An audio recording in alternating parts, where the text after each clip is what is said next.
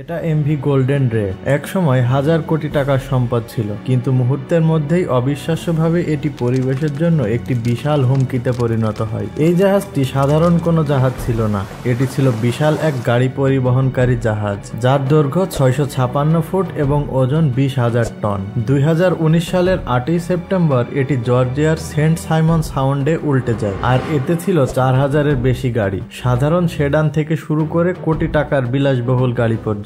কিন্তু প্রশ্ন হচ্ছে, কিভাবে এই বিশাল জাহাজটি হঠাৎ উল্টে গেল? ঝড়, জলোচ্ছ্বাস? না, আসলে এর পেছনে কারণ ছিল একজন ব্যক্তির ছোট্ট একটি ভুল। কি এমন ভুল হয়েছিল যার কারণে পুরো জাহাজটাই উল্টে গেল? আর কোন কারণেই এই জাহাজটা পুনরুদ্ধার করতে 10,000 কোটি টাকা খরচ হয়ে গিয়েছিল? কেনই বা জাহাজটি উদ্ধার করতে 2 বছর সময় লেগে গিয়েছিল? উল্টে যাওয়া জাহাজটি পরিবেশের বিপর্যয়ের কারণ কেন হলো, আর সেই বিপর্যয় মোকাবেলা করতে কি পদক্ষেপ নেওয়া হয়েছিল?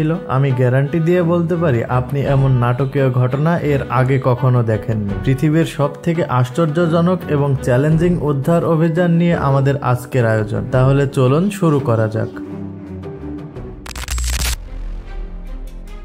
একটি জাহাজের ভারসাম্য ঠিক রাখতে বালাস্ট অর্থাৎ জাহাজের ভারসাম্য রক্ষার জন্য পানি ধারণ ব্যবস্থা ব্যবহার করা হয়, কিন্তু এই জাহাজে কর্তব্যরত প্রধান অফিসার ভুল সংখ্যা প্রবেশ করিয়েছিলেন জাহাজের স্থিতিশীলতা ক্যালকুলেশন সফটওয়্যারে। ফলাফল, জাহাজটি ভুলভাবে ভারসাম্য বজায় রেখেছিল এবং সামান্য ধাক্কাতেই উল্টে যায়, একটা জেঙ্গা টাওয়ারের মতো, যেখানে একটা ছোট ভুলে পুরো টাওয়ারটা পড়ে যায়। অবাক করা বিষয় হচ্ছে, জাহাজটি শুধু উল্টে যাওয়াটাই ক্ষতির কারণ ছিল না, বরং এটি ছিল এক বিশাল পরিবেশগত হুমকি। 24টি বিশাল তেলের ট্যাঙ্ক ছিল জাহাজে, যা প্রায় 3 লক্ষ গ্যালন ডিজেল ও বাংকার ফুয়েল ধারণ করত।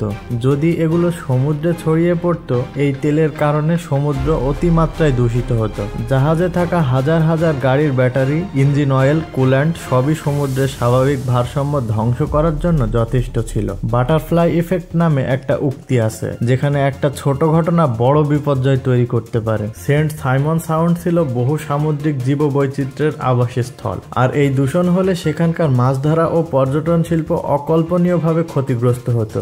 এখন প্রশ্ন হচ্ছে, এই বিপর্যয় থেকে মুক্তির উপায় কি ছিল? সরকারের একটাই কাজ ছিল, এই বিপদ যত দ্রুত সম্ভব কমানো। এই উদ্ধার অভিযানে প্রয়োজন ছিল দক্ষ পরিকল্পনা, পরিবেশের নিরাপত্তা আর মূলত কোটি কোটি টাকা লোকসান কমানো। সমুদ্রের মাঝে এত বড় একটি জাহাজ সরানো সম্ভব না, তাই ইঞ্জিনিয়াররা একটি দারুণ পরিকল্পনা করলেন। তারা ভাবলো, জাহাজটাকে কেটে কেটে বিভক্ত করে তুললে কেমন হয়। অবশেষে এই উপায়টাই বাস্তবায়ন করা হলো। এটি ছিল ইতিহাসের সবচেয়ে বড় উদ্ধার অভিযান কাজগুলোর একটি। জাহাজটিকে 8টি বিশাল অংশে কেটে কেটে বের করা হলো এবং এর জন্য বিশেষ একটি চেইন ব্যবহার করা হয়েছিল, যা শক্ত ইস্পাত ও জাহাজের খোলস কাটতে সক্ষম। তারপর এই উদ্ধার অভিযানে সামনে আসলো অনেক চ্যালেঞ্জ, শক্তিশালী সমুদ্র স্রোত ও ঝড়। জাহাজটি কাটার সময় ভারসাম্য নষ্ট হলে আরো ধ্বংস হতে পারত।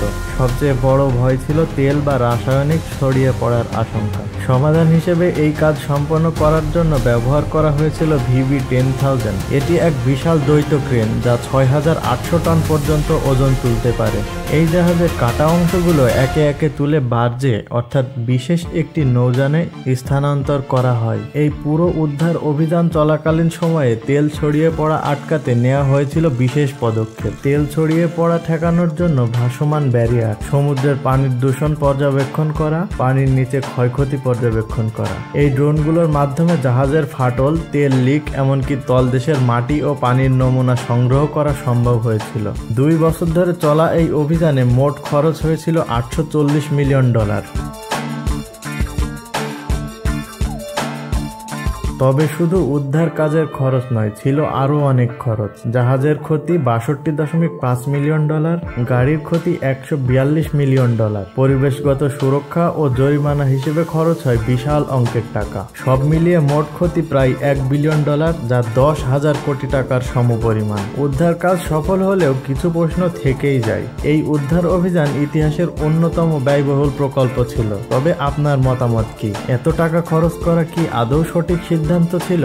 এই পন্থা অবলম্বন করা ব্যতীত অন্যভাবে সমস্যার সমাধান করা যেত কি? ভবিষ্যতে এমন ভুল এড়ানোর জন্য কি করা উচিত? আপনার মূল্যবান মতামত কমেন্টে জানান। এইরকম আরো চমৎকার ভিডিওর জন্য চ্যানেলটি সাবস্ক্রাইব করে আমাদের সাথে থাকুন। দেখা হবে পরবর্তী ভিডিওতে।